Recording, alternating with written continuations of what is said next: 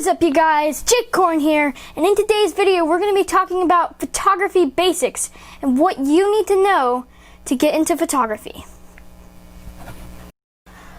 Okay, so the first thing we're going to talk about is aperture. Aperture is really important. It determines how much light is let into your... If you let more light into your camera, the image will be brighter. If you let less light into the camera, your image will be darker. If you let more light into your camera, then you can blur out the background more. So, you know those like epic, crispy portrait shots where the background you just can't tell what it is? That's when they let more light into their camera and blur out the background more. Now it's a little bit confusing. The bigger the number, the smaller the aperture.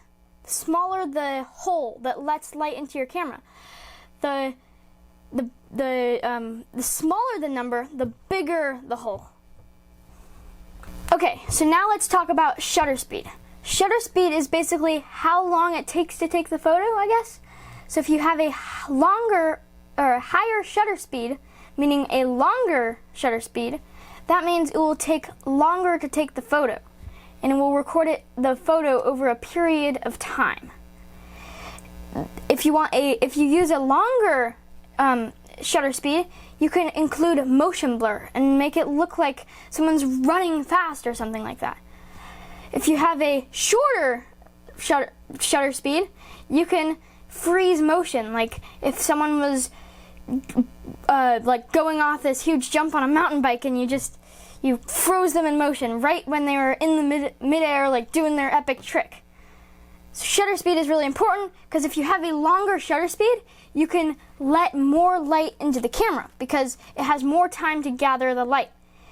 You can also use this to take photos of the night, but make sure to use a tripod or else you will have camera shake. Okay, so now let's talk about ISO. ISO is basically just like artificial light put over your image. The ISO is basically, you want to keep that as low as possible, because if you bring it higher, it will make your image brighter really easily, but it will also give you digital noise, meaning like grain, like, you know, like old pictures have like grain, but you don't want that, because that would just suck. That would just suck. Okay, so only use a higher ISO if you have to, and you just have no other options, like you can't do a longer shutter speed and your lens doesn't open up enough. Just use ISO very carefully.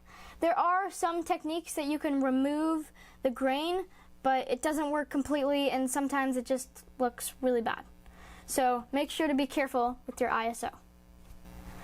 Okay, so that will wrap it up for today. I hope you learned some stuff about photography, and get your camera or whatever camera you have. Get out there and start taking photos. Yeah. So remember to like, share, and subscribe. And I will see you in the next video. Bye. Oh, also hit the notification bell so you get notified every time I upload a video.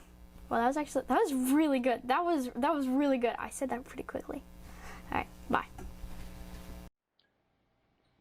Whew, done with the edit. Okay, so that's the end of the video. There will be more videos all around me and my channel, so make sure to subscribe. And yeah, you can hit all those videos around me and do it. Do it. I'm just kidding. Let's do it.